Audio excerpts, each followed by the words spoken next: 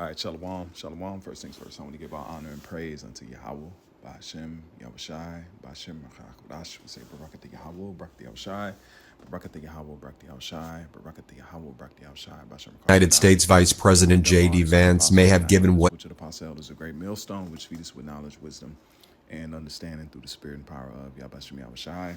2025, which is the hopeful year of our deliverance, the judgment and the destruction of Esau, this wicked ass society. Okay, things are moving. All right, prophecy is being fulfilled. The scriptures are coming to life. Everything that you see happening right now is the downfall of Esau. This goes back into the story of Operation, I think it was Looking Glass, where it says that the Most High is making moves, and the left hand knows it. The game is won. Just like if you play chess and you play with a master chess player, the master chess player knows if you're playing, two master chess players are playing, they know 10 moves ahead, 15, maybe even more, and they know the game is over. It just has to be played out. So we're in the culminating of the end of this man through all these moves that are being made. Every move you see is for Esau's downfall. Even if it looks like a win, it's a loss. This man is losing. It's the judgment. Everything is coming. Prophecy is about to happen. Watch this. Clearly watch this, and you'll be able to tell the scriptures that should come to mind. But this place is being dismantled on the global scene because it's global economics that's happening. Everything is worldwide. Everything is interconnected. But let's go ahead and play this video. Lord willing, this edifying lesson. We living in time of the end, man. Speech. A valuable United States Vice President J.D. Vance may have given what may be the worst international speech in American history. He was at the Munich conference where he attacked Europe, he attacked European democracies, and he praised Russia. I want you to watch this moment right here. I'll just show you this small clip first where it was like three people who clapped. Fair use. This is for educational purposes only. This is for not any monetary gain or anything like that. This is for this is for letting this information out. Okay, these are on the worldwide scale, and I have news articles to back it up, but this is beautiful, man. I'm going to play it again. Worst international speech in American history. He was at the Munich conference where he attacked Europe, he attacked European democracies, and he praised Russia. I want you to watch this moment right here. I'll just show you this small clip first where it was like three people who clapped at the speech, and they were just the people there with J.D. Vance, but everybody who was there in Europe were in stunned silence. And then they had the German minister give a speech after, and he just ripped J.D. Vance. So let's just play this clip first. As I understand it, the argument was that Russian disinformation had infected the Romanian elections. But I'd ask my European friends to have some perspective. You can believe it's wrong for Russia to buy social media advertisements to influence your elections. We certainly do. You can condemn it on the world stage even. But if your democracy can be destroyed with a few $100,000 of digital advertising from a foreign country, then it wasn't very strong to begin with. Now, I want you to watch this clip right here. This is pretty incredible where I gotta watch that again, man. Believe it's wrong for Russia to buy social media advertisements to influence your elections. We certainly do. You can condemn it on the world stage even. But if your democracy can be destroyed with a few $100,000 of digital advertising from a foreign country, then it wasn't very strong to begin with. Now, I want you to watch this clip right here. This is pretty incredible where the German defense minister, Boris Pistorius, is slamming J.D. Vance's speech right here as undemocratic. He calls what J.D. Vance is saying not acceptable. And he says, here in Germany, we fight for your right to disagree against us. This is why I cannot just ignore what we heard before. I cannot not comment on the speech we heard by the US Vice President. We fight for your right to be against us. That is the motto, one of the mottos of the Bundeswehr, and it stands for our democracy. This democracy that was just called into question by the US Vice President, and not just the German democracy, but Europe as a whole. He spoke of the annulment of democracy, and if I understood him correctly, he compares the condition of Europe with the condition that prevails in some authoritarian regimes. Ladies and gentlemen, this is not acceptable. The whole room is clapping. The whole fucking look. This, you can't make this up. You cannot make this up. We're at the end. It says that they shall hate her and burn her with fire. Notice the 3 claps that happened last time, and then notice this one. Let's play it again. On the speech we heard by the US Vice President. We fight for your right to be against us. That is the motto, one of the mottos of the Bundeswehr, and it stands for our democracy.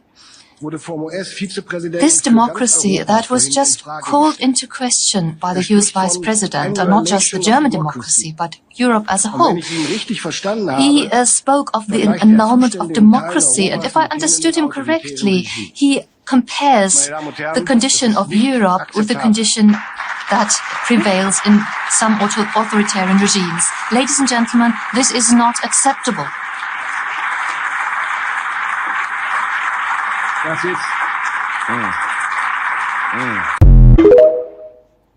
You can't make this up, man. You cannot make this up. It says, German Chancellor slams Vance's call for Europe to be inclusive of far-right parties.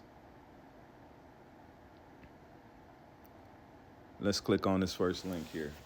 It says, German Chancellor slams Vance calls for Europe to be inclusive with far-right parties. German Chancellor Olaf Scholz sharply rebuked U.S. Vice President J.D. Vance on Saturday, a day after Vance gave a speech saying Europe leaders should not shun far-right policy parties. At the second day of Munich Security Council, Scholz spoke about the atrocities of the Holocaust, pointing out that Vance recently visited the Dachau concentration camp because he got a bowed knee, and used the phrase "never again." Scholz emphasized that a commitment to never again also applies to policy parties like Germany's far-right Alternative for Germans Party, also known as the AfD, which was downplayed the horrors of the Nazi regime. He went on to say Germany will not accept outsiders intervening in the country's elections, adding that it is not done, certainly not among friends and allies. But Scholz and Vance remarks come just over a week before Germans head into major elections. So that's one article. Let's just pull up the news. U.S. Vice President J.D. Vance blasts Europe over free speech, lax migration. Let's keep going. German Chancellor Scholz appears to rebuke J.D. Vance in speech, slams outside intervening in our probably their so-called elections. German Scholz slams American interference after U.S. VP Vance speech. Come on, man. They shall hate the whore and burn her with fire, man. They're pissed. And then I have videos of Canada. They were doing a game, and they were singing the national anthem for the U.S., and everybody was booing. The whole crowd was booing. So that now we can see the stage is being set for that altercation, because we always knew it was coming, but we didn't know how it was going to come. Now we see that the stage is being set with these policies, these tariffs, American first policy, all these things that are coming out. It's, let's see here. Let's pull up something. Let's see. How can I word this?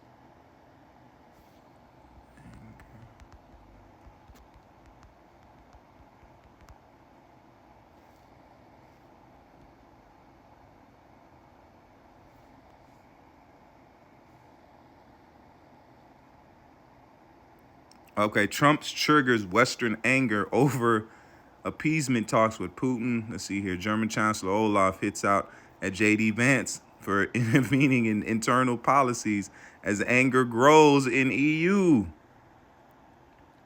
So, oh man, this is beautiful. I mean, it's the prophecies. It's beautiful because the prophecies are coming to pass. Because we didn't know how it was going to happen, but Yahweh Shem Yahshua is setting the stage for it. And then this is the book of Revelation 17 and verse 16. Let's put up in the NLT. It's Revelation 17 and verse 16. Let's start we'll read it 15. It says, then the angel said to me, the waters where the prostitute is ruling represents masses of people of every nation and language. What else place is called the melting pot? Let's pull that out. Watch this, because it says prove all things. Watch this.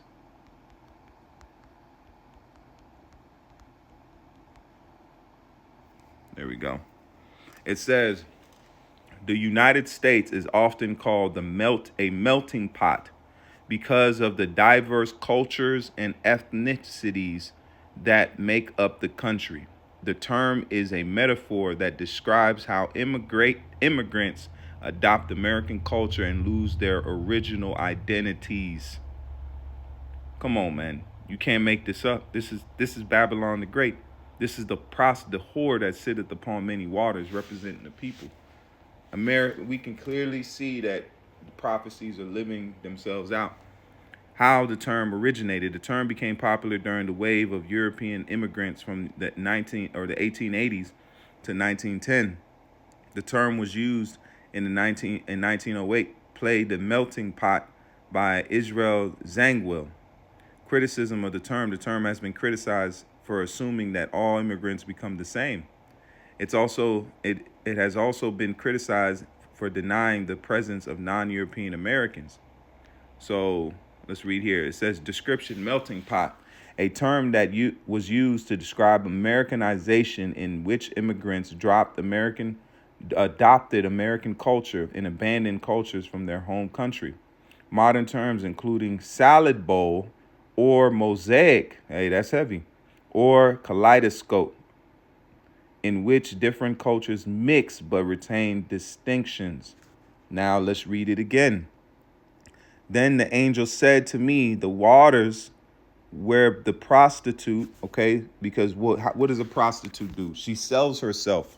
What does Babylon do? It sells its democracy. That's why the information came out about from Doge talking about the U.S. aid, so-called government establishment was out to push democracy throughout the whole earth by way of pushing transformers, pushing policies, regime change.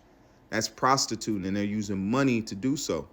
So they're selling this democracy and whoring themselves out by way of democracy. And it says, people of every nation and language, the scarlet beast, it says the prostitute is ruling represent masses of people of every nation and language. One more time. Melting pot, a term that it was used to describe Americanization in which immigrants adopt American cultures and abandon cultures. Let's go up to this one.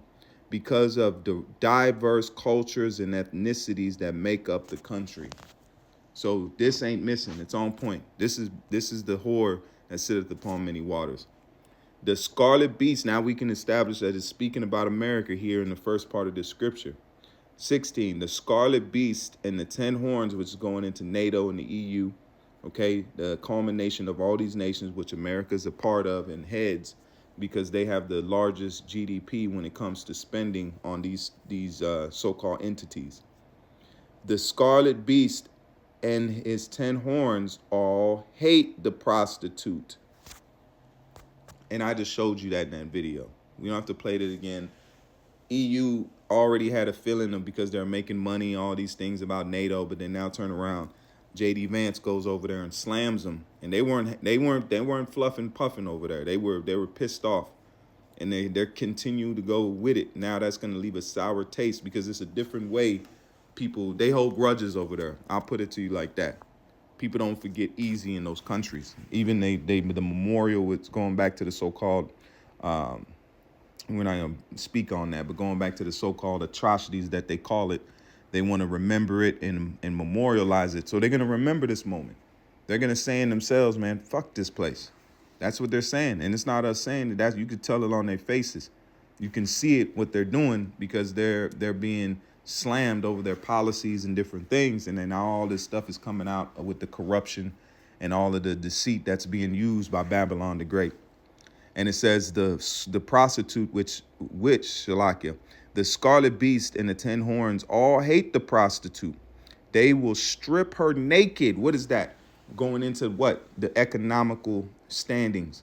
Because the clothes and all these things that Babylon is clothed with, because it says the woman that sitteth on a scarlet beast was arranged in fine stones, scarlet, had a vesture. She was decked out, because that's going into the dollar being the world reserve currency. America's gotten rich off of that oil petrodollar, and they're able to print money loosely, okay, and use it for bullshit.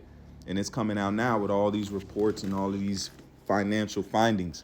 And it says they will strip her naked, eat her flesh, and burn her with fire. What should come to your mind? What should come to your mind? Let's do this. Let's do this.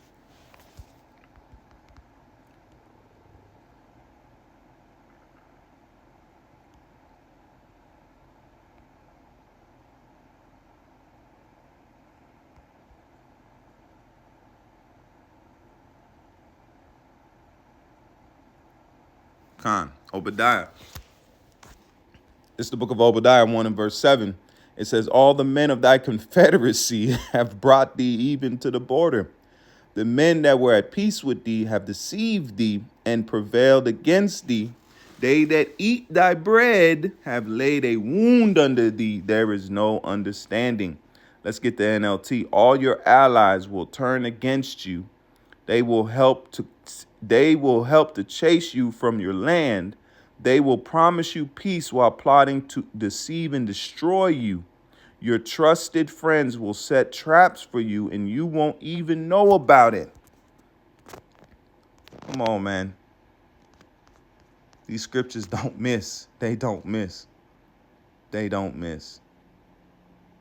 Let's go to 16. Let's read that in NLT. The scarlet beast and the 10 horns all hate the prostitute. They will strip her naked and eat her flesh and burn her remains with fire. What's left of this place is going to be scorched earth, man. That's what that's saying. What is remaining of this place will be scorched earth. For Yahweh has put a plan in their minds, going back to Obadiah, a plan that will carry out his purpose. They will agree to give their authority to the scarlet beast. That's why America is the head of these organizations. And so the words of Yahweh will be fulfilled. And this woman you saw in your vision represents the great city that rules over the kings of the world. And who else is ruling? Who has the petrodollar? But let these other Christians try to break this down, man. Without having watching the Israelites and sneaking over and stealing breakdown bandits, man. All right. Call halal Yabashim Yashah Bashim Rachakwadash for this truth, knowledge, and wisdom. And we have the truth, man. Starting with our apostles and our elders and their teachers that have taught them the ways and have fed them according to the knowledge, wisdom, and understanding, man. These scriptures are living. They're living scriptures. These are living words. A living testimony is being declared in the earth, man. And Yabashim Yashah is getting ready to judge Babylon for the things that it's done. Do not pass go. No get out of jail free card. And you can do anything you want to us, man. We ain't alive any fucking way. Okay, we waiting on the kingdom to come. That's why Yahushua said, this is not my kingdom. My servants would fight. We have a kingdom that we look forward. We have a rest that we look forward to that don't include fucking GMOs and pedophilia and all kinds of debaucheries, man. That's why it says, set a mark upon the men that sigh, cry for all the abominations that be done in the midst thereof. I ain't here to sit there and pull, it's all right. No, it ain't all right, man. This place is wicked as hell. Child trafficking, pornographic at an all-time high on child. Come on, man. Come on, man. Enough is enough. That's why it says the measure of wickedness. Lord has measured out wickedness just like you do a chemistry. It's an exact, what does it say? Equation. There's so much wickedness for the things to be done. And the Most High knows what he's doing, man. The Most High is in full control over this man and the situation. This is the book of Daniel 7:7. It says, after this, I watched, and in a vision of the night, suddenly 4 beasts appeared, and it was terrifying, dreadful, and extremely strong, with large iron teeth, which represents the military might. Going back to Rome, Rome was known for what? Its military might. That's how it conquered and established itself. Even you go back to 2nd Ezra 11 and 12th chapter, where it speaks about where the circle was drawn around, where it says that Rome was coming up in power, and it was coming up by a military presence. It says it devoured and crushed, then it trampled underfoot whatever it was left. It was different from all the beasts before it because it was the one that used democracy, elected officials. Before it was monarchs and rulers and kings. Okay, it was different from all the beasts before it, and it had 10 horns. Okay, and that's what's coming back. What you see today as the EU, all right, NATO, and all these establishments that are ran by Esau and his hegemony, and it's all being pulled out. And it's history, man. We're just giving you the Bible's take on it, because these things were already prophesied to come. Just like Nebuchadnezzar sought men to break down his dream and break down the vision. Now we're breaking down to Esau the vision of the scriptures, and it's not looking good for this man. Daniel 7 and verse 23 to 24, this is what he said. The 4th beast is a 4th kingdom that will appear on the earth, different from all the other kingdoms, and it will devour the whole earth. And it has. That's why the United States has the petrodollar. Trampled it down and crushed it, and the 10 horns are 10 kings who will rise from this kingdom. After them, another king, different from earlier ones, will rise and subdue 3 kings. Okay, and then let's go down here, and that's a breakdown in itself. This is the book of, let's go to Jeremiah 51 and 11. Sharpen the arrows, fill the quiver. The Lord has aroused the spirit of the king of the Medes, because his plan is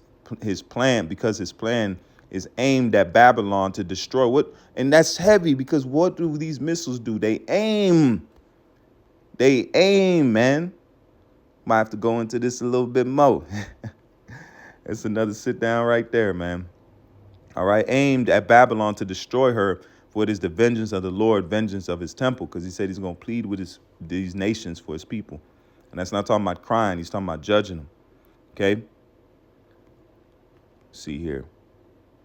This is Isaiah 47 and 7 and 9. You said, I will be a queen forever. You did not take these things to heart or consider their outcome. So now hear this, O lover of luxury. That's what you see, Babylon, consumer. This is the number one consuming nation on the earth, who sits securely, who says to herself, I am, and there is none beside me. I will never be a widow or know the loss of children. These 2 things will overtake you in a moment. We live in those times. In a single day, loss of children, widowhood, it will come upon. That's where you see fentanyl, overdoses, all these things that are cursing Babylon.